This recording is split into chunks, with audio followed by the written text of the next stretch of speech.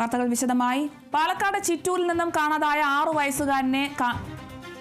വയസ്സുകാരനായി വ്യാപക തിരച്ചിൽ. പ്രദേശത്തെ CCTV ദൃശ്യങ്ങൾ കേന്ദ്രീകരിച്ച് പരിശോധന തുടരുന്നു. സമീപത്തെ കുളങ്ങളിലും ജലാശയങ്ങളിലും പരിശോധന നടത്താൻ കൂടുതൽ മുങ്ങൽ വിദഗ്ധർ എത്തും. കുട്ടി പ്രദേശത്ത് തന്നെ മറ്റെവിടെയെങ്കിലും മയങ്ങിക്കിടക്കുകയാണോ, വഴിയറിയാതെ അകപ്പെട്ടു പോവുകയോ ചെയ്തിട്ടുണ്ടോ എന്നതടക്കമുള്ള കാര്യങ്ങളും ഊർജിതമായി പരിശോധിക്കും.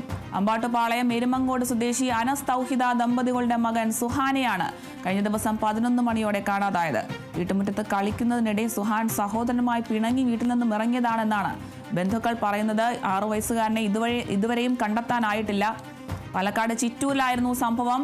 വ്യാപക തിരച്ചിൽ തന്നെയാണ് നടത്തുന്നത്. പ്രദേശത്തെ CCTV ദൃശ്യങ്ങൾ കേന്ദ്രീകരിച്ച് പരിശോധന തുടരുകയാണ്. സമീപത്തെ കുളങ്ങളിലും ജലാശയങ്ങളിലും ഒക്കെ പരിശോധന നടത്താൻ കൂടുതൽ മുങ്ങൽ വിദഗ്ധരൊക്കെ എത്തിയിട്ടുണ്ട്.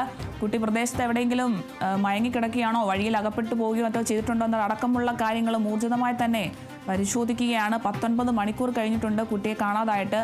അമ്പാട്ടുപാളയം എരുമങ്കോട് സ്വദേശി അനസ് തൗഹിദ ദമ്പതികളുടെ മകൻ സുഹാനെയാണ് കഴിഞ്ഞ ദിവസം 11 മണിയോടെ കാണാതായ കുട്ടിയാണ്. ഇപ്പോഴും കുട്ടിയെ കണ്ടെത്താനായിട്ടില്ല. 6 വയസ്സ് മാത്രമാണ് സുഹാന്റെ പ്രായം.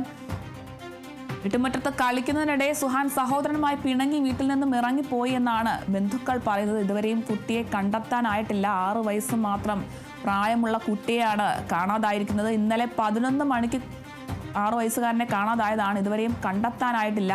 CCTV ദൃശ്യങ്ങൾ കേന്ദ്രീകരിച്ച് ഇപ്പോഴും പരിശോധന തുടർന്നുകൊണ്ടിരിക്കുകയാണ്. 19 മണിക്കൂറുകൾ പിന്നിട്ടിട്ടുണ്ട്. കുട്ടിയെ കാണാതായിട്ട് കുളങ്ങളിലും ജലാശയങ്ങളിലും ഒക്കെ പരിശോധന നടത്താൻ കൂടുതൽ മുങ്ങൽ വിദഗ്ധരും സംഘങ്ങളും ഒക്കെ സ്ഥലത്തെത്തിയിട്ടുണ്ട്.